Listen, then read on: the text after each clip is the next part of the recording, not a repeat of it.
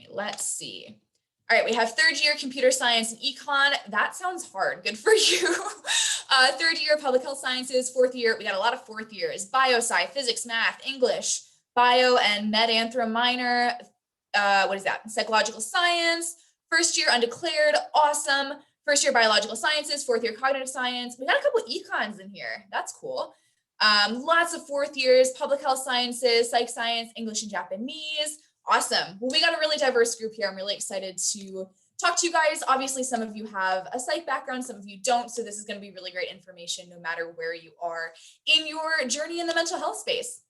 So today we're going to be talking about how you can safely and successfully support someone you know who's struggling with their mental health. There are two key words here. The first is safely and the second is successfully.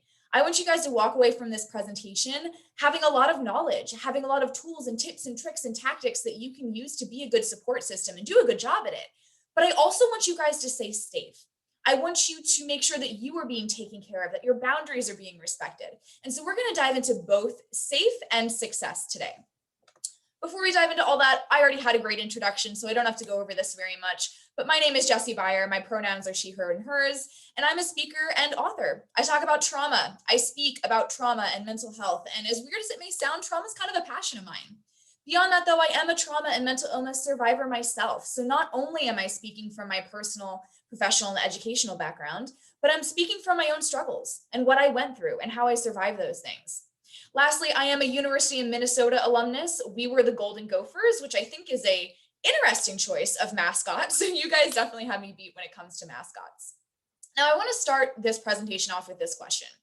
Have you ever eaten chicken off the floor? Now you're probably like, Jessi, what in the world does this have to do with mental health? But this moment and this question was a very pivotal time during my mental health journey. When I was in high school, I struggled a lot with my mental health. I was depressed, I was anxious, I was self-harming, I was struggling with food and body dysmorphia. I was struggling with suicidal ideation as well. And throughout that time in my life, I was in a relationship with someone who was also struggling with his mental health. It was like he was on this downward slide and I was just one step behind him. So we were both really not in that good of a place. When he opened up to me about what he was going through, I decided that I was going to be responsible for his happiness. I was going to be the one to make sure that he survived. I was going to be the one that took every one of his burdens and placed them on my shoulders. I felt special. I felt important. I felt honored that he chose me to open up to. And therefore, I felt that his entire being was my responsibility. As you can probably guess, that's not the best way to approach a relationship with someone. And the ending of our story does reflect that. One promise that I asked him to make me while we were in that relationship was that if he ever did decide to take his own life, he would give me a hug first. Now that purpose had two purposes, the first of which was so that I knew about it and I could do something to prevent it. But the second was so that if I chose not to prevent it, if I chose not to intervene, I could be with him as he moved from this life to the next. Now, you may also be thinking, Jessi, why would you not try to stop it? Why would you not do everything in your power to make sure that he continued to live? When you're struggling so deeply like that, that ability to have control, that ability to make decisions for your life is something that's very alluring. For a lot of people who struggle with their mental health, whoever is drawing on the screen, can we stop the drawing on the screen? That would be lovely if we could stop that. Thank you so much. Anyway, when you are in that position, when life feels so out of control and your emotions and everything around you just feels like it's happening to you, that ability to make a final decision for yourself is something that I understood. And I also knew that if he took that choice away from me, I would have been so angry and hurt and frustrated and betrayed. And so I was hesitant to make that decision for him. Now, it was the spring of my junior year of high school. I had just gotten home from track practice. I was the only one home and I was eating some leftover chicken from the fridge when I got a text from him that said, "Can you come over and say goodbye?"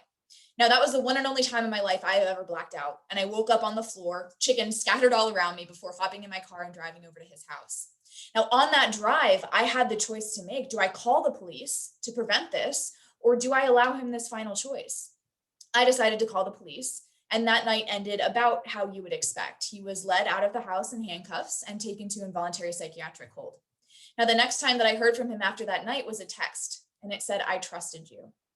That night broke me, honestly, and I presume that my precarious mental state at the time didn't really help matters. But as I started to heal from that, I started to look back and recognize how many things I did wrong, how many things went wrong in that relationship. And I truly believe that because of all of those mistakes that I made in supporting him, we both came out of that relationship a lot worse off. What I'm going to share with you today is all of the information that I learned from that experience and since that experience, so that you don't have to go through that same hurt and confusion that I did. I don't want you to have those debates. I don't want you to have that fear. I don't want you to have that uncertainty. And so that's what we're going to talk about today. This presentation has 3 parts. First of all, we're going to talk about what not to say, because a lot of the most common things you think of to say to someone are actually very detrimental. They can be hurtful. They can be insensitive. Also, you guys, I would love to hear from you, and I love all of you very much, but if you could just stay muted throughout the presentation, that would be fantastic, just so we don't get any feedback.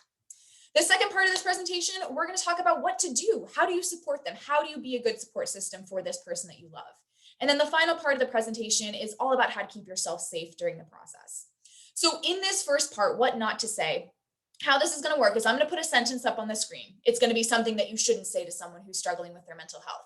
And I want you to take a second and think about how that would make you feel if that's how I responded to you. So for example, you open up about your mental health struggles. I respond with the sentence that's going to be on the screen. How would that make you feel? What would you want to say to me? How would you want to respond? You're going to let me know that in the chat. The reason we're having this discussion, and I want you guys to think about this, is because some of these things may not seem like bad things to say. And I want you to kind of get an understanding of how it might feel to be on the receiving end of these things, so that you can further understand why they're not a great thing to say, okay?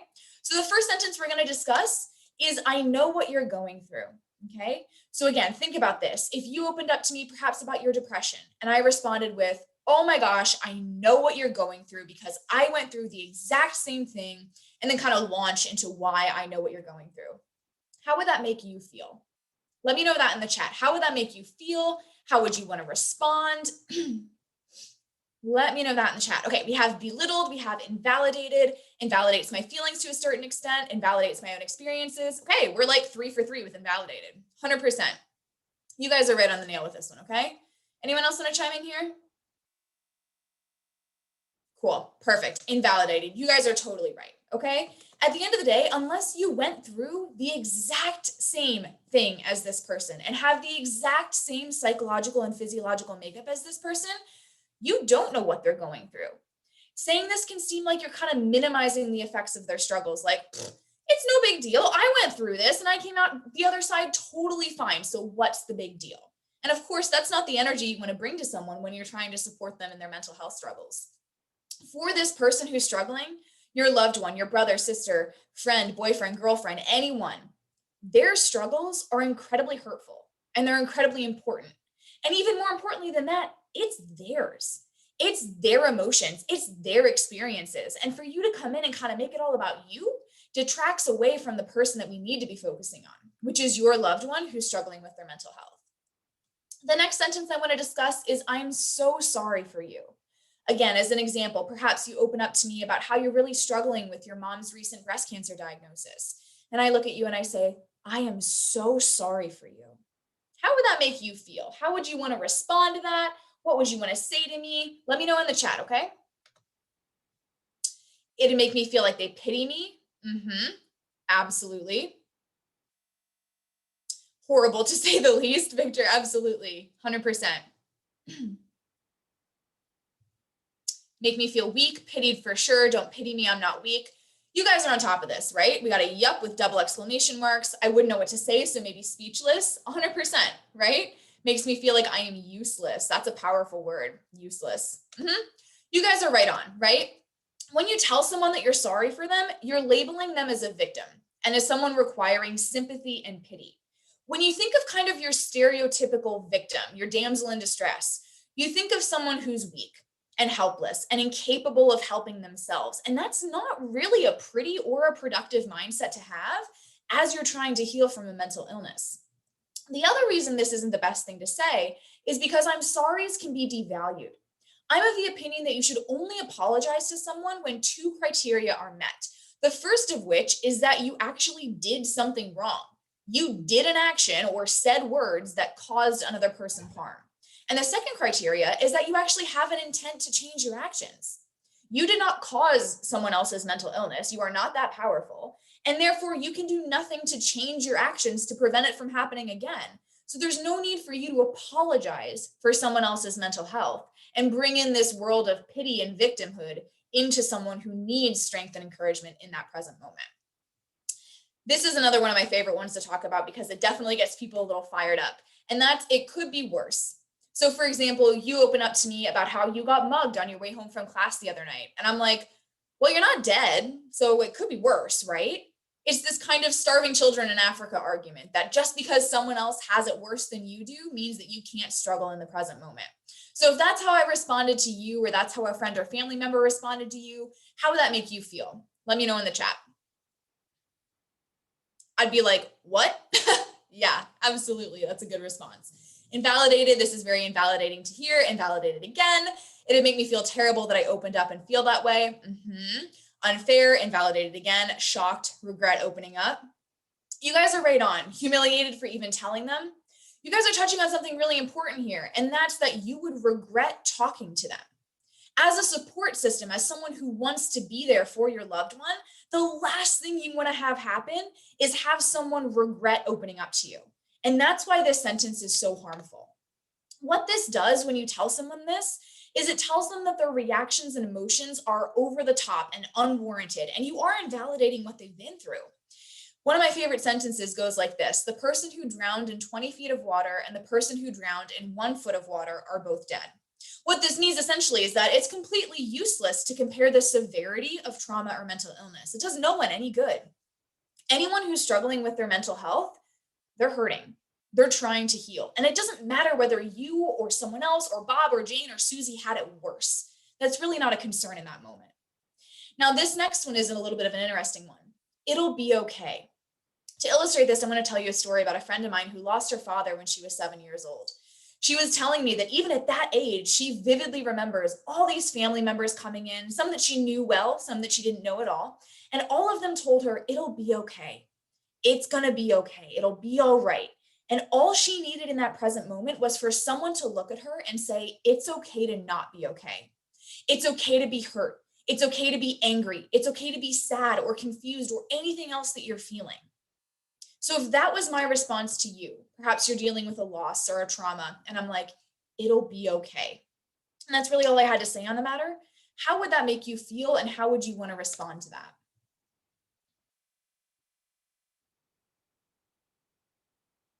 You guys can let me know that in the chat. False hope. I would feel a little frustrated. I'd feel like they didn't understand what I was feeling, almost even dismissed. Not understood or supported. Empty from Victor. That's powerful. Like, okay, how would you know? Absolutely. Said something just to say something. Yes. And that's why we're talking about this, is because a lot of times we want to fill the space with some words. We want to say something and we end up saying the wrong thing. So thank you for bringing that up. We have, I would hope so, but not what I needed to hear. Isn't this like toxic positivity and then okay, psychic? Yes. So with that toxic positivity thing, I think it definitely could fall under that toxic positivity thing. I think the last sentence we talked about of it could be worse, so just look on the bright side, is a pretty classic example of toxic positivity. So thank you for bringing that up as well. So with this one, with it'll be okay, the gist of it is that it might not, or it might not be okay for a very long time. And both of those outcomes are completely okay. What this does when you say this to someone is it puts them on sort of an imaginary healing timeline. Like, okay, we're here and okay is over here. And once we get to okay, then we're good and we don't ever have to think about this again. That's not how healing works. It's not that linear. It's not that straightforward. And every individual processes their own healing at their own rate. For some people, that could take a day. For some people, it could take a year. For some people, it could take 20 years. And all of those outcomes are completely okay. What this does as well is it tells someone that everything goes back to normal after they heal. And that's not often the case. Going through something so deep and emotional as a mental health journey or a trauma can really change a person. A lot of those changes can be for the good. For example, I came out of my mental health struggles with a lot more strength and empathy and compassion, but I was not the same person that I was when I went into that time in my life. If you tell someone it'll be okay, and you kind of subconsciously say that okay is the same okay that they were, what's going to happen is they're going to start to heal. And they're going to work and they're going to work and they're going to work, but they're going to try to get to this okay that they can never be. And so when they never reach that goal of the previous okay, they may give up hope in the healing journey. And that's not what we want as someone who loves them and is trying to support them. At the end of the day, your job is not to put them on any sort of timeline. Your job is to allow them to heal for as long as they need and go on whatever healing journey they need to. This is another one of my favorite ones to discuss because people really get fired up over this. This one is particularly true for survivors of any sort of interpersonal trauma. So things like a sexual assault, a mugging, a car accident, and things like that. And that is, they didn't mean to hurt you, okay? He was a good person. He didn't mean to hurt you, or it was just an accident. She didn't mean to cause you any harm. How would that make you feel if you were the survivor of some sort of trauma and this is how your loved ones reacted to that? Let me know in the chat.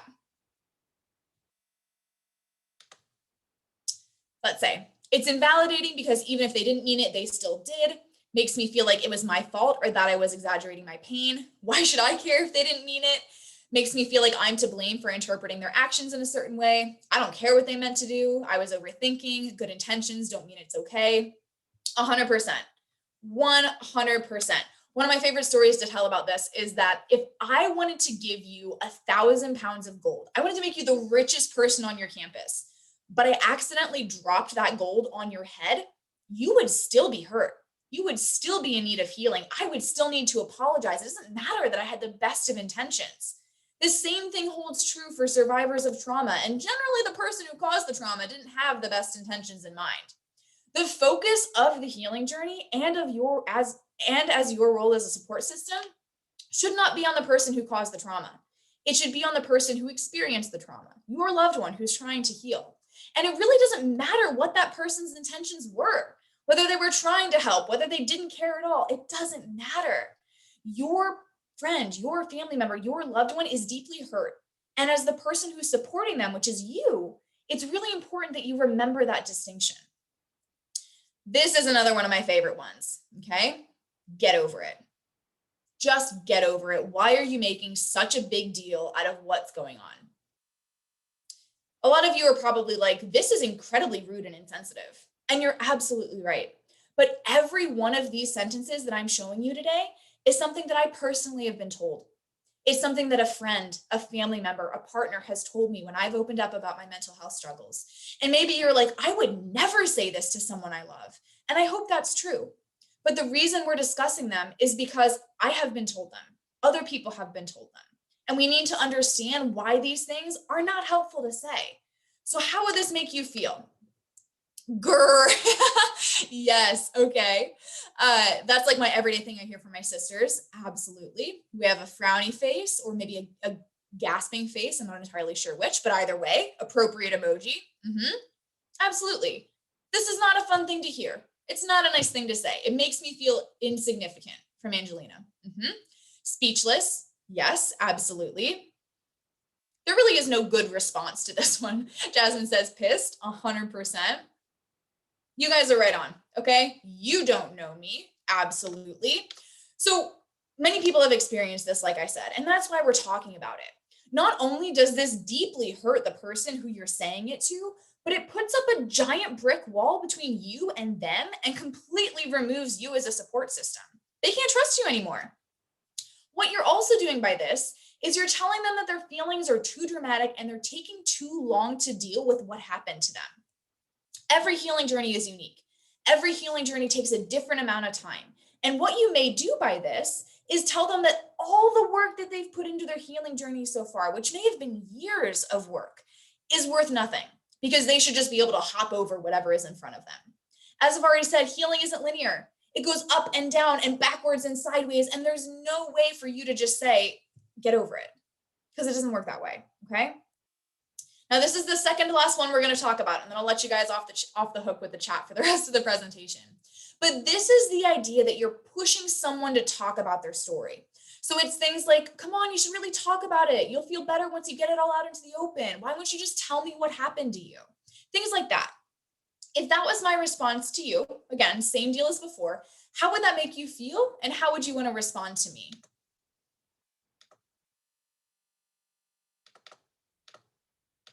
Let's see here. Okay, Uncomfortable, pressured, I'd feel frustrated because sometimes I just don't want to talk, feel pressure to talk about it when I'm not ready yet. There's a reason why I'm not talking. Uncomfortable, please shut up. Absolutely. Feel the need to leave, triggering unwanted emotions. Absolutely. 100% to all of those things, okay? I've said it a million times. I'll probably say it more. Everyone processes their struggles at their own rate. And having you sitting there and bugging them and bugging them and bugging them to talk about it could be anywhere from impossible to destructive. Impossible being that they just won't. They'll shut down. They won't talk to you. You won't be a good support system for them. But also destructive in that opening up about a trauma or a mental illness too quickly can actually be re-traumatizing. And that's the last thing you want, right?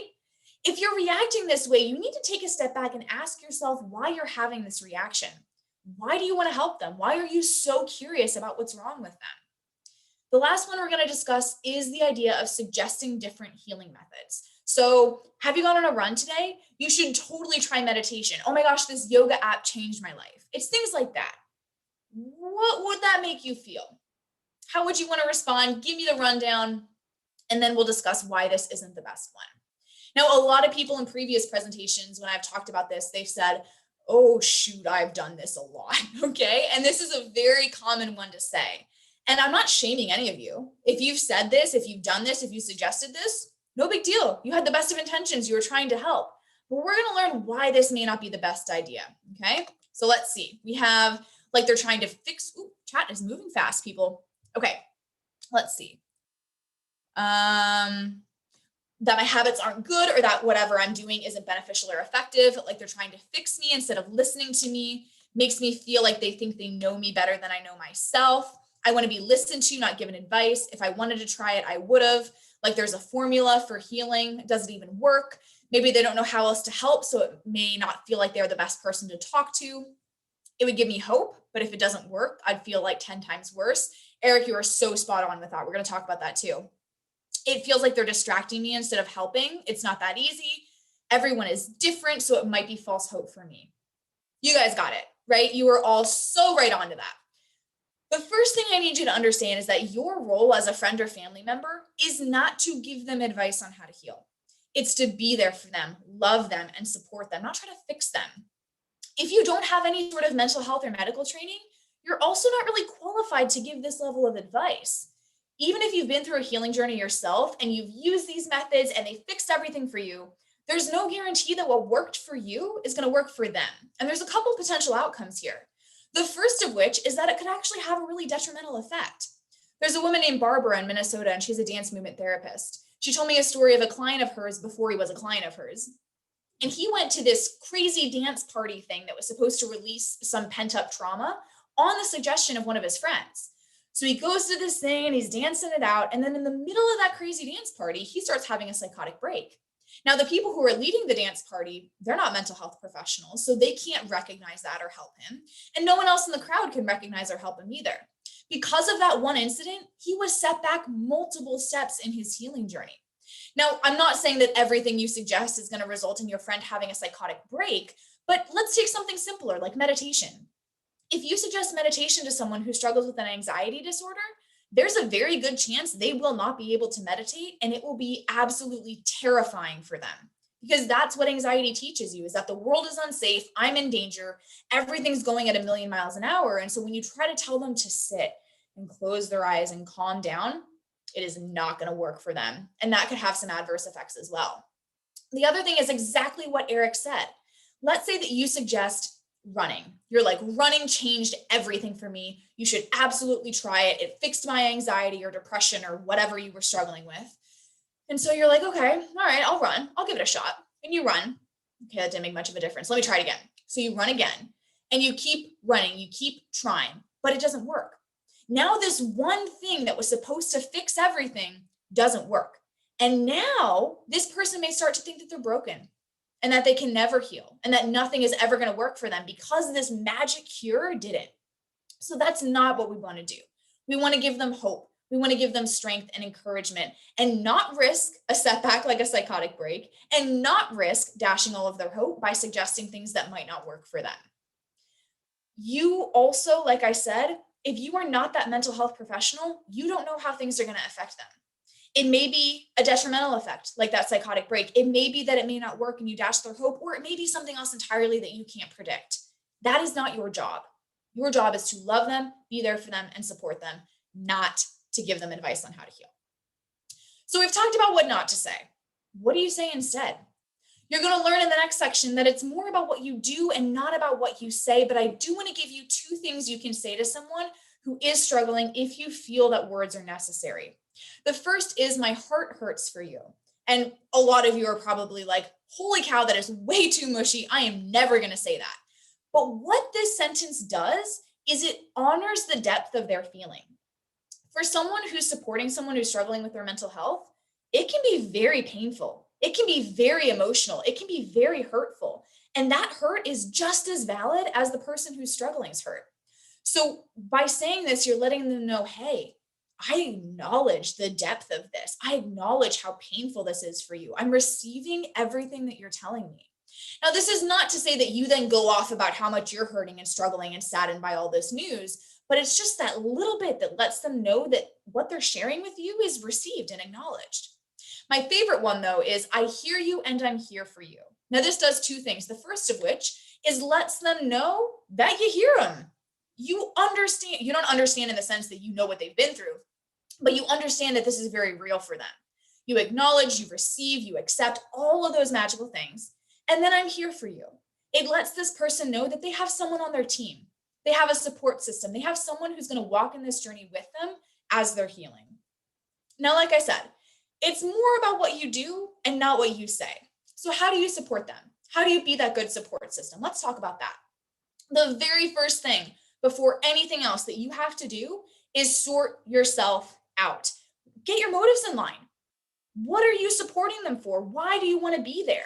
Are you trying to help your friend or family member because you love them and care about them and want to see them heal? Or are you trying to support them because you're so curious about what they've been through? Or because you want some sort of savior complex, like you came in and saved the day, some white knight complex? If you find out that, ooh, maybe I'm on the wrong side of that line, maybe my motives aren't quite in line here, one thing you can do is go to a therapy session with them if they invite you. A lot of therapists, especially in the natural and integrative fields, they will bring in family members and close friends very early on in the therapeutic process because they recognize that it's hard to heal in a broken home system. So if that opportunity arises, absolutely take them up on it. The other thing you can do is do any sort of homework that they come to you with. So maybe they don't invite you to a session, but they come to you with some homework, like a journal entry that they want to read you or a discussion prompt that they want to have with you. Take that homework seriously because that could be the bridge from where you are to where you want to be as a support system. If neither of those things happen, go get a therapist yourself. Walk in and say, hey, my brother, sister, boyfriend, girlfriend, father, mother, whatever is really struggling right now. And I want to be a good support system for them, but I'm not quite there yet. Can you help me get there? Your therapist will be happy to have those discussions with you. And that's a very humble approach to this whole supportive process that's going to make you an even better support system for the person that you love. Once we've got that sorted out, once we've got our motives in line, we're in a good headspace to support this person, the first thing you want to do is validate their emotions. I hate using the C word to describe anyone because no one is actually crazy. But when I was struggling with my mental health, I called myself crazy all the time. I berated myself for being crazy and overdramatic and irresponsible. And why couldn't I just get it together? That's what was going through my head. And the same thing might be going through your friend or family member's head as well. When you heal from something like a mental illness or a trauma, all of these emotions and memories are going to come popping up that may be very difficult for them to deal with. And it may feel like their emotions and thoughts are just out of control. For you to come in and say, hey, everything that you are feeling right now is completely okay to feel. You are not crazy. You are not overdramatic. It is okay to feel what you are feeling right now. You take so much of that pressure and judgment and shame off of their shoulders and allows them to redirect that energy into the healing journey. Now, think about that for a second. If you spent 4 hours a day berating yourself and calling yourself names like crazy and overdramatic, versus if you spent 4 hours not doing that, or even actively working on positive self-talk, think about how different your healing journey would be. Think about how much further along you would be. And that is the gift that you can give someone if you can just come in and validate their emotions. It's such a simple thing, but it can have a profound effect. The other thing you want to do is treat them as normally as possible because they are still the exact same person they were before you found out about their mental health struggles. Someone who's struggling with their mental health, they're not weak, they're not broken, they're not about to break, and they don't need to be treated with any sort of kid gloves or protected from the world. Whatever you normally do with that person, keep right on doing it, okay? Continue to invite them out to social events, even if they say no every time you ask. Continue your Sunday morning coffee at 8, even if they don't order coffee anymore. Continue complaining about your annoying relationship. Whatever it is that you normally do with this person, keep doing it. Now, this is obviously an opportunity for you to examine any sort of toxic habits you have in your relationship with this person, but in general, treating them as normally as possible enables them to retain a sense of normalcy in their life when everything else feels abnormal and out of control. The most important thing you can do for them, though, is hold the space, okay? If you forget literally everything else I say today, remember the next 3 minutes, okay? This is the absolute best thing you can do for them. And so I want to read you a quote by a woman named Heather Plett. She's a coach who specializes in holding space for people as they undergo personal development journeys. And she describes holding the space as this. She says, holding the space means being willing to walk alongside another person in whatever journey they're on, without judging them, making them feel inadequate, trying to fix them, or trying to impact the outcome. When we hold space for other people, we open our hearts, offer unconditional support, and let go of judgment and control. That is beautiful. That is such a visual representation of what it means to hold the space for someone. So screenshot this, take down notes, whatever you have to do to imprint this definition in your brain. Another way to look at this is that you have to be able to sit in the dumpster with them even if you want to climb right on out. Now, what do I mean by this? Well, this is a story that was told to me by a woman named Sally, and she's an equine assisted therapist. One day on the farm, she was working with a young client who was struggling with PTSD, and they were playing a game of hide and seek with some other young clients. Now, this girl looks at Sally and she says, "Hey, Sally, let's go hide in the dumpster." Okay, so they go and they hide in the dumpster, and it's dark and it's smelly and it's gross. It's a dumpster, right? It's not a fun place to be. And this little girl looks at Sally and she says, "Hey, Sal, this is kind of like life, isn't it?" And for that little girl, that's what her life was like. It was dark. It was smelly. It was not a fun place to be. And because of her mental illness, she couldn't just get out whenever she wanted to. Now, Sally is the person who is there with her. She could have gotten out of the literal or proverbial dumpster whenever she wanted to, because she wasn't the one really playing hide and seek, and she also wasn't the one struggling with PTSD. But by her choosing to stay, choosing to sit in that little girl's darkness with her, she let her know that she wasn't alone. And she effectively held the space for her. That's what it means to hold the space for someone. Now, holding the space is kind of a nebulous concept. It's not really this, do this, then this sort of thing. But there are 8 steps or pillars to holding the space that I want to share with you to give you a more concrete understanding of how to hold the space. First and foremost, trust your intuition. Because it is a little bit nebulous, trust your intuition. Give the person you're supporting permission to trust theirs. No one's intuition is broken, so allow both of you to trust that. The next thing is don't overwhelm them with information. It can be really tempting to throw blog posts and pamphlets and books all about healing at them. But the last thing you want to do is make them think that there's so many things they have to do that they get analysis paralysis and just don't do anything. The third pillar is autonomy. Allow them to keep their autonomy and make decisions for themselves. You do not want to come in and take over their lives. They are still a competent adult 95% of the time, and you want to allow them to keep that level of control in their life. Next up, this is such an important one. Their failure is not your failure, so keep your ego out of it. This is something I did so poorly when I was in that relationship I talked about at the beginning of the presentation. If the person you're supporting has a setback, a panic attack, a flashback, a trigger, that is not because you were a bad support system. That is their healing journey. It is not a reflection of your ability to love them or hold the space for them. Next up, and this is kind of the essence of holding the space, you want to create a safe space for them. They need to know that they can come to you in any state and you're not going to judge or shame them for what they're doing or what they're feeling. Next up, when you do offer help, offer it in a way that doesn't make them feel incompetent. Remember, they're still a capable adult. They're still the exact same person. So don't come in and do their laundry and make their bed and buy them groceries and vacuum their floors, right? Don't do that. Don't make them feel like a child or make them feel broken or incapable of taking care of themselves. Second to last, Make sure they know that you are able and willing to catch them if and when they fall apart. Now, this is not you coming in every single day and saying, I got you, I got you, I got you, because that's just obnoxious. But when you show up with compassion and strength and empathy, this willingness to catch them will come through in your mannerisms. The final pillar really ties into that autonomy piece, and that is allowing them to make their own choices, even if those choices are different than the ones you would have made. So for example, if they want to try a different type of therapy than you would have, allow them that choice. If they want to sleep or wake at a different time than you think they should, that's their decision. And the only time that I would say to go against their wishes is if it is a life-threatening situation or dangerous addiction. Please step in. Please do not have the same deliberation that I did. But in general, allow them their freedom to make their own choices. Now, the final thing that I want to share with you about how you can be a good support system for them is all about connecting them to resources, because you can't do it all.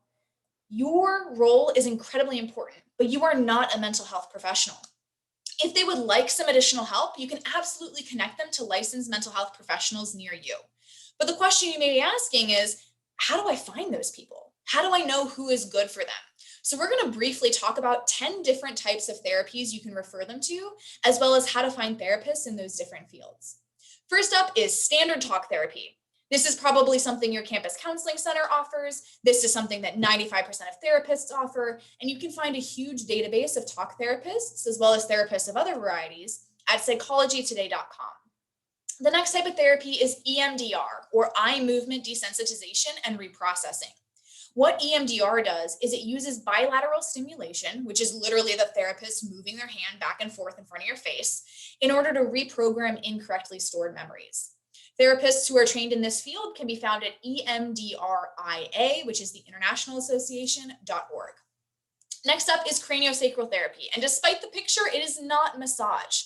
While craniosacral therapy does involve the laying on of the hands of the practitioner, what it actually does is harnesses the body's natural healing mechanisms, the same mechanisms that heal cuts and bruises and broken bones, in order to help release some of the stuck energy of trauma and mental illness. There is no one certifying body for craniosacral therapy, but there is a database of practitioners at iahp.com. Next up is mindfulness and meditation. And I know I kind of gave mindfulness and meditation a bad rap earlier, but they can be incredibly powerful healing tools for the right person. There isn't any specific certifying body, as there are also multiple different types of mindfulness and meditation. So just check for your standard mental health credentials, LPCs, LCSWs, and things like that. And then ask if that person uses or includes any sort of mindfulness or meditation practices. The next therapy I want to discuss is dance movement therapy. And no, it is not traditional dance. You will not be expected to tango across the room in order to release any sort of mental illness that you or a loved one has. Dance movement therapy is a creative arts therapy that allows the space for the body to move in the way that it wants to. The body knows, and every body speaks. And so dance movement therapy just allows it the opportunity to do so. All therapists that are certified in this modality can be found at adta.org, which is the American Dance Therapy Association. Next up is trauma-sensitive yoga, and this is fantastic for anyone who has experienced any sort of bodily trauma or mental illness. This could be anything from a sexual assault survivor to someone who has struggled with an eating disorder. The goal of trauma-sensitive yoga is to connect the mind and the body and allow the space for the body and the mind to learn to retrust each other again. Therapists who are certified in this field can be found at traumasensitiveyoga.com. Next up is equine-assisted therapy. And equine-assisted therapy has two main models, the EGALA model and the EPONA model. The EGALA model uses a series of stages as well as a lot of metaphors and setting of the scene in front of you in order to move through mental illness, whereas EPONA uses a lot of mindfulness and movement activities with the horses to help release any sort of mental illness. Therapists in the EGALA model can be found at eagala.org, and therapists in the EPONA model can be found at eponaquest.com. Next up is canine-assisted therapy. A lot of you are probably familiar with this. This is one of the more common ones on this list. And this is simply the incorporation of dogs into the therapy practice. Dogs are fantastic for breaking the ice, for pacing the pace at which the story comes out, the person's story and their mental illness story, as well as doing some mindfulness activities like walking, brushing, breathing with the dog, and things like that. There is no one certifying body for canine assisted therapy, so I would recommend doing a Google search for canine assisted therapy near me, and then again, checking those mental health credentials to make sure that the person is actually a mental health professional. Another way you can go ahead and find canine assisted therapists is by visiting the AKC's website, the American Kennel Club's website. They have a list of certified training organizations, and those training organizations may be able to connect you to graduates in your area who practice canine assisted therapy. The second to last therapy we're going to discuss is ecotherapy. And ecotherapy is simply the process of incorporating nature into the therapy process. There is no one certifying body for ecotherapy. So again, check your mental health credentials, make sure the person is certified, and then inquire if they offer any sort of ecotherapy services. The final therapy we're going to discuss is flower essence therapy. This is a very new field in the US, but it is incorporated into standard healthcare in places like Brazil, Switzerland, and Cuba, and it's incredibly common in places like Spain as well. How flower essence therapy works is it uses flowers' ability to resonate with the body to activate that same natural healing mechanism that craniosacral therapy uses in order to release some of those top-level emotions and coping mechanisms so that more attention and energy can be focused on healing the underlying mental illness. There's also something called rescue remedies, which are small bottles of concentrated flower essences that are great for acute situations like panic attacks or triggers. Those can be found at directlyfromnature.com. Now, the final part of this presentation before we move into Q&A is all about how to keep yourself safe during the process. Like I said at the beginning of my presentation, it felt like when I was in the relationship with that person that he was on this downward slope and I was just sliding right down behind him. There was nothing I could do to prevent myself from getting worse. I don't blame him, though, for any of my mental health struggles.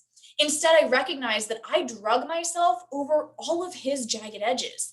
And what this did was allowed for a lot of resentment and codependency to build up between us. My mental health also severely struggled, even for years after his suicide attempt. It wasn't like I got out of that relationship and I was like, whew, okay, brush this off, we're good, I'm back to normal. No, it took years for me to heal from everything that happened in that relationship. This isn't also entirely selfish either, because you would be a better support system for the people you love if you take care of yourself. It's that same saying of you can't pour from an empty cup. So not only are you protecting yourself, but you're being a better support system by taking care of yourself throughout this process. So how do you do that? There are three main ways. The first of which is seeking your own help. Get a therapist, go talk to someone, get professional support, because like I briefly mentioned earlier, having someone you love struggle with their mental health can be incredibly painful for you as well. In addition, make sure that someone is holding the space for you. Holding the space is not this one and done thing. It's not like I hold the space for you and then we're done. No, I hold it for you. Someone holds it for me. Someone holds it for them. Someone holds it for them. And it's this whole chain and network of people holding the space for each other so that everyone in the community is supported. Finally, remember the boundary. You are not a mental health professional. Even the ones of you who are studying psychology, at this point, you are not mental health professionals. And that's not anything bad against you. It's just a different role. Think about this, for example, if your therapist decided to come to family dinners and meet up with you at the dog park, that would be kind of weird, right? That would be very, very odd. And it's the same way if you cross over the line and try to be a therapist. That's not your job. You are not skilled enough to do that job. You are not in the position to do that job. And your job is so important on its own that you shouldn't try to do both. So remember where that boundary is. Don't take on too much responsibility and make sure that you are supported in other ways as much as possible. Now, to recap everything we talked about today, we first discussed what you shouldn't say. Some of the things that are incredibly hurtful and insensitive to someone are some of the most common things we say. So why are those hurtful and why should we no longer say them? And then we looked at the fact that the person you love is still normal. They're still your friend or family member. So validate their emotions and treat them as normally as possible. We also discussed what it means to hold the space for someone, to be there for them, to love them and support them, and then to connect them to resources if they need that additional level of support. Finally, we also talked about what it means to keep yourself safe and why that's important as you're supporting someone who's struggling with their mental health. Now, I am definitely going to stick around for some Q&A session, but I also know that some people have personal questions or maybe they want more in-depth discussions. So if that's you, please feel free to reach out to me on Instagram or over email. I'd be happy to have those discussions with you and really dig deep into whatever it is that you'd like to share with me. That being said, I'd love to move into question and answer. So if you guys have any questions, please feel free to go ahead and pop those in the chat and I'd be happy to answer them. And I already see one chat, so let's see what we got. Okay. Hi, Jessi. I had a question about supporting a person who has come to you because they only trust you with their struggles while you're struggling with your own mental health. Do you politely refer them to someone else? Do you tell them you're also struggling? What is the correct way to approach this? Yes, I'm going to answer that. Jasmine, yes, email me. I will send you my slides. Anyway, Alyssa, so this is a really difficult situation. And I applaud, first of all, the fact that you are aware enough to recognize that, hey, I'm also struggling. Maybe I'm not in the best position to support this person. What I would encourage you to do is be very, very clear about what your boundaries are and how much you are willing to support them. This could look like having a very clear conversation and saying, hey, I am not in a great spot to support you right now. I really think it would be better if you spoke to a therapist. I'm happy to help you find one, but I also need to make sure that I'm taking care of myself. Be very upfront about that. They may seem offended. They may even be offended in the beginning, but they will respect that. And it's important that you take care of yourself as well. The other thing you can do is kind of have more, flexible boundaries in the sense that, hey, yes, in this present moment, when you ask for help, I am able to support you. I feel good. I'm in a good headspace. I can be there for you. And then maybe the next time they ask for support, or maybe they want to talk, you're not in that good of a space. Maybe you've had a rough day. You just got out of an anxiety attack, whatever that is, you're just not in a good spot to support them. So that's a time where you could say, hey, Bob, I'm so thankful that you trust me. I'm so thankful that you opened up to me, but I really need to take a moment for myself. Can I give you a call tomorrow morning so we can talk this through? The other thing I want to tell you about this is that it can be really easy to get kind of guilted into helping them. Like, there's no one else that I trust. It's only you. I don't know how I'm going to make it through the night without you. And I really want to encourage you not to get guilted into that. Recognize your boundaries, recognize when you need to step back, and do not take responsibility for anything that they may do or say when you are not there to support them. Remember, when we were talking about holding the space, keeping your ego out of it is incredibly important. So you are not responsible for what happens. You are not responsible for their mental health. You are there to support them when and only when you are able to, and when you are in a good headspace too. The last thing I will say, and then I will open this up to more questions because I know I'm going on and on, is make sure that you're getting help as well. This not only goes for the fact that I honestly think everyone could go to therapy and benefit from it, but this not only goes for the fact that you say that you may be struggling with your mental health, but it also is incredibly perhaps exacerbated when you are supporting someone who's struggling as well. So that was a very long answer. I hope that was helpful. If you have any follow-up questions, definitely let me know. Next question is, what can I do to control my feelings when I'm around toxic family members? How can I convince them that they are hurting me more and they need to stop that? Okay. The first thing I want to address is the choice of words, control my feelings.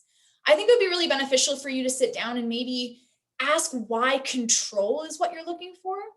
Feelings are one of those things that are there for a reason, and that the more you try to stuff them down, the less helpful they are and the more that they boil over. That being said, I understand that perhaps you were saying it's not safe to show those emotions when you're with certain toxic family members. And if that's the case, I want to suggest a 3-step conversation with you. This is something you can share with your friends and family members. You can sit down a toxic family member and have this discussion with them. But it goes like this. Say something nice. So, Bob, I appreciate that you care a lot about my academic life. I'm so thankful to have a family member that wants me to succeed as much as I want to succeed. Thing number 2, say what's not working. Unfortunately, Bob, you pressuring me to study 17 hours a day is really not working for me right now. Number 3, say what you need them to do instead. Bob, instead, I would really love it if we could have a study night on Fridays only for an hour, and you could help quiz me on flashcards. Okay? Totally made that up. Fill in the blanks with whatever you want. But the gist of it is that you start with something nice so you don't get them on the defensive, because if you put them on the defensive, they're not going to listen to you. And then you say what's not working. They have to know exactly what they're doing that isn't helpful for you right now. And then you have to give them something to do instead. You can't just say, this sucks, this is wrong, this isn't working, and then not tell them what to do instead, because that isn't going to work. They're not going to know what to do. And so you give them something very concrete to do instead that will be beneficial for you. The other thing I want to say about toxic family members is some people are just not in a position to acknowledge mental health struggles and respect those mental health struggles. And if your family members are like that, where you're like, I am not going to be able to get through to them, that's an opportunity for you to say, I'm just not going to talk about it. I'm just not going to talk about it because I know it's not safe. Or for you to even say, I'm not going to see this person anymore because they do not respect me, they do not honor me, and I don't feel safe around them. So any or all of the above could be helpful for you in those situations. Next question is, how can we kindly suggest going to see a professional for help, especially during quarantine times, or if they're scared of their friend? I'm sorry, I'm trying to read two things at once. Or if they're scared of their family members finding out. Jasmine, for the record, you did not put any typos in there. I just can't read right now, apparently. So great question. The first thing I want to say, and I'm sure you understand this because of how you phrased this question, is that you cannot force someone to go to therapy. I do not suggest this, but even if you literally kidnapped them and threw them in the trunk of your car and drove them to therapy, it wouldn't work because they're not ready to suggest that level of, or to receive that level of help. So what I would encourage you to do is be very straightforward, but also very polite, and help them understand that it's their choice. So for example, if they're continually coming to you and saying, oh, I need help with this, I need help with this, I need help with this, and you really don't know what to do, you can't help them any further, and you think they would really benefit from professional help, I like to phrase it as a question. So I would say something like, hey, Susie, have you ever considered talking to a therapist about this? Because what that does is it opens a discussion with them instead of saying, Susie, you need a therapist. Because then again, they're on the defensive, they feel attacked, and you don't want that to happen because that shuts the conversation down. So phrase it as a question. And then if they immediately respond with something like, oh my gosh, no, I could never do that. Ask another question. Okay, totally respect that. I'm just curious, what's not sitting well with you about that? Or what's not resonating with you? Or why doesn't that feel like an option for you? In this conversation, you want to get really inquisitive. You don't want to judge, you don't want to condemn, you don't want to tell them what to do, but you want to ask more questions so you can understand where they're at the best way possible. If after asking all those questions, they're still saying, no, I can't do this, then you have a choice. You say, okay, thanks so much for sharing that with me. I definitely understand where you're coming from. Or you say, Susie, thank you so much for sharing that information, but I don't feel like I can be a good support system for you at the level that you're looking for. I'm happy to help you with X, Y, and Z or support you in X, Y, and Z ways, but with this specific situation or method of support, I'm not going to be able to do that. Again, goes back to boundaries. So that's kind of a discussion you have to have. And the other thing you mentioned about if they're scared of their, with quarantine times, I would suggest virtual therapy because virtual therapy is totally a thing. Most traditional therapists are offering virtual services now, even if they don't normally, just because of the pandemic. And then there are also resources like Talkspace and BetterHelp, which routinely offer online services. So that's option number one. And then if they're scared of their family members finding out, that would be an opportunity for you to ask why they think they're going to find out, or really kind of get clear on that. And two main things are coming up for me as to why they might be scared of that. The first of which is that if they run the therapy through insurance, their parents could find out if they're on their parents' insurance. So one thing you can do with that is look into private practice. A lot of private practice therapists don't take insurance. So if they are financially well off, they might be able to go through private practice. If that's not an option, you could also look into some community organizations that offer low cost or sliding scale therapy, if that cost or insurance thing is a concern. And then the other thing is that it's a confidentiality thing. So traditionally with therapy, everything is confidential unless you say that you were going to hurt yourself and others. If you are a minor, that means that your parents and the police will be told. But if you're an adult, only the police would be told. The reason I'm saying that is that there really is no reason that a family member would find out from the therapist. Like the therapist would break confidentiality and tell a family member. That's really not going to happen. So I might consider kind of explaining that to them, talking them through that. And if they're really, really scared still, you can probably call up a therapist and kind of explain the situation and get everyone on a group call and say, hey, can you just explain about confidentiality in your own terms? And then just phrase that call to your friend as no pressure, just want to help you make a decision and things like that. So again, very long answer. Hope that was helpful. Let me know if you have any follow-up questions. Yes, I'm so glad you found that powerful. Let's see. Could you further explain what we should do if someone who experiences anxiety cannot respect the boundaries we set for ourselves? and makes us feel guilty, gets angry or obsessive. Absolutely. So the first thing I would say is that if you feel afraid for your physical safety, like if you are physically not safe with this person, remove yourself from the situation. Even if that means they're going to be hurt, even if that means they're going to be sad, even if it means they do something drastic, your safety is the first priority. So that's the first thing I would say. Next, I would also have that boundaries conversation with that 3-step conversation and say, hey, I'm so glad you trust me. Say a good thing. Thing number 2, but I need, I'm making this up. I need nights to study. Like I can't talk for 6 hours every night because I need to study and value my academics, and then suggest something. So, hey, let's get together every Saturday morning for a walk and we can talk things through then. That's another thing. But at the end of the day, it's kind of a decision you have to make. Like if you don't feel respected, if you feel like you've tried different conversations, you've tried to set boundaries, you've done all these things and it's just not working, that might be a person that you say, hey, John, I really, really love you. I'm so glad you're here and that you trust me with this, but I can't be a support system for you right now because I need X, Y, and Z, and these needs are not being met. In any conversation that you have with someone about boundaries, try to avoid using you statements. So instead of saying, you are not respecting my boundaries, you can use something like, my needs are not being met in this way.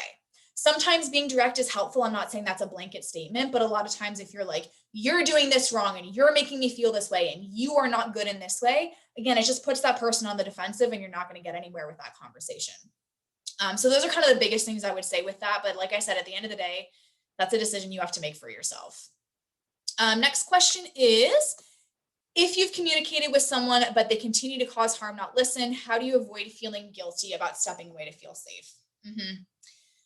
This is a really difficult one, especially if you're an empath. I'm an empath. And I just get so wrapped up in other people's stories that it's like, oh my gosh, how do I not do this right now? So the first thing I would recommend you do is get some support for yourself as well. This can be a trusted friend. It can be a therapist, and just kind of let it out. Like, I just rant. I'm so frustrated about this with this person and it's not working. And this is how it makes me feel. And just get all of it out of you. And then you can start to work through it. Another great exercise for that is journaling. Just get all of your thoughts onto the paper and then you can start to sort through it. But the biggest thing with feeling guilt is that it's going to take some time, and you may have to continually remind yourself that you don't need to feel guilty. It can kind of feel like you're lying to yourself for a while, but the more you tell yourself that, the more you find proof of that, the easier that's going to be.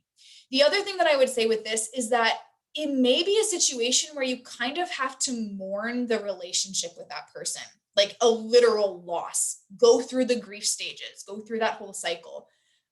Because when you are in a relationship with someone that is very emotional, that is very personal, when you step away from that, you can feel at fault. You can feel like you experienced a dramatic loss.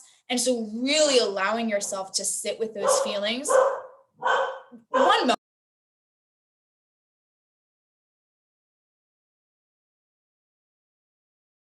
My apologies.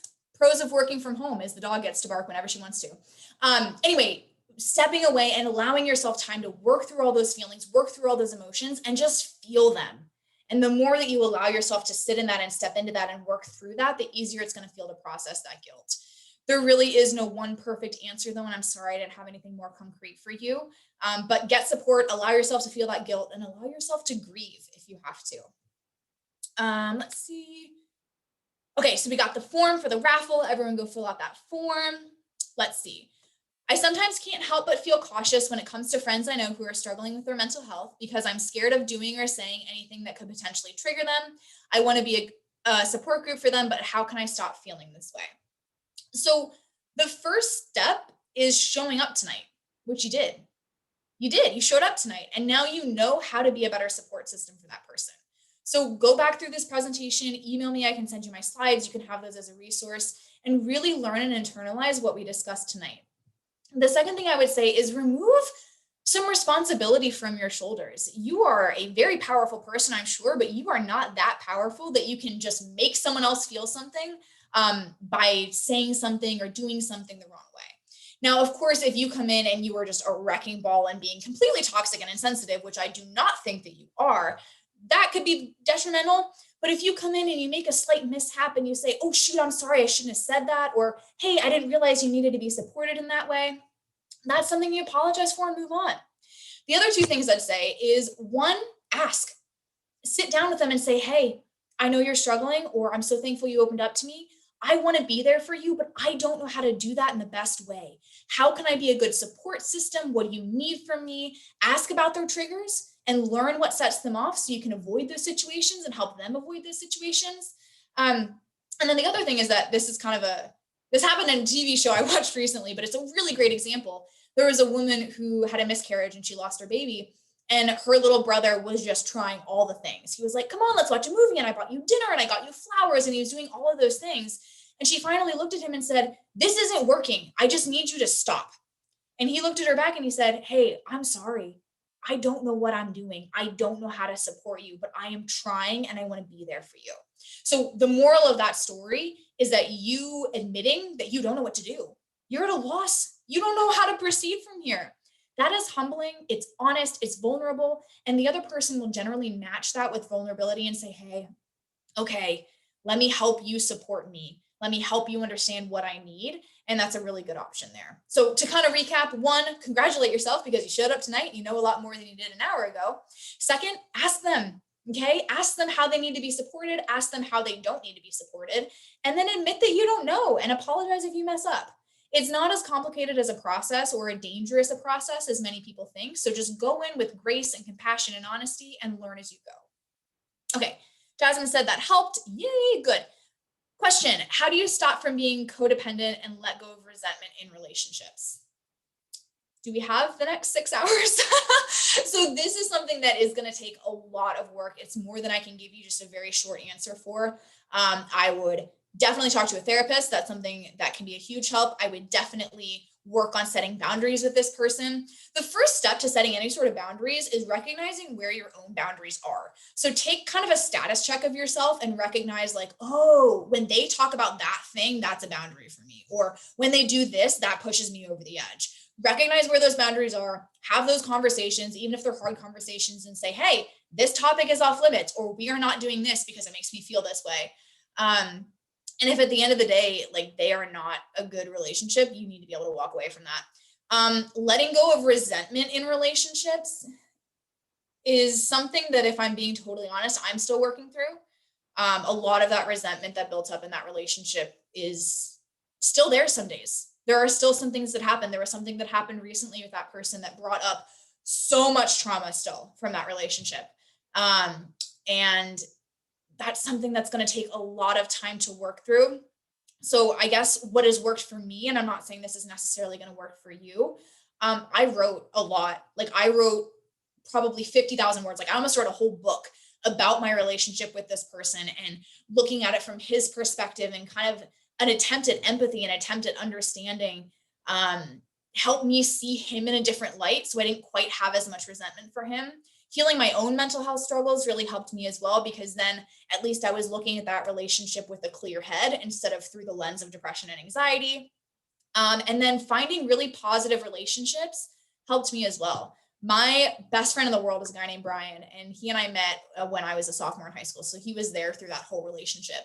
And having him in my life and having really good conversations with him, as well as with other friends and family members, allowed me to process a lot of the guilt and resentment and codependency and all of those things that I had in that relationship, let it all go, and then move on with my life. But I think the biggest thing I would say is that it's going to take time, and there's no one clear-cut way. It's almost like healing from a mental illness in and of itself. And we already talked about how convoluted those healing journeys can be.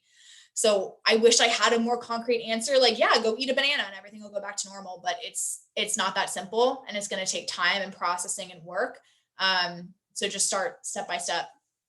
Oh, I love this idea. Eric says, I made myself a Google Doc where I talk to my anxiety, and that's helped me a lot. That's so fun. I do the same thing. I have a voice recording app on my phone, and I will like talk myself through things just out loud and then listen back and kind of process through. So I love that. That's awesome. Okay. I don't think I missed any questions. If I did miss any questions, I know, Renee, you were keeping track of those. So if I missed any, please let me know. If you have any other questions, everyone, go ahead and post them in the chat, and I'd be happy to answer those. But If not, that's all I have for tonight. So thank you so much for your time and attention.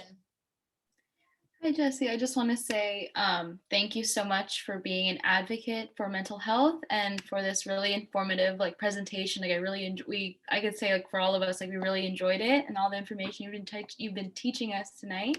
I just want to let everyone know like that does wrap up today's event. Thank you all so much for coming. Have a great evening. But before you log off, just letting you know that the Google Doc has been sent out in the chat for the raffle for the Amazon gift card. So if you haven't already, feel free to fill that out as well. So thank you, everyone. Thanks, guys. Have a good night.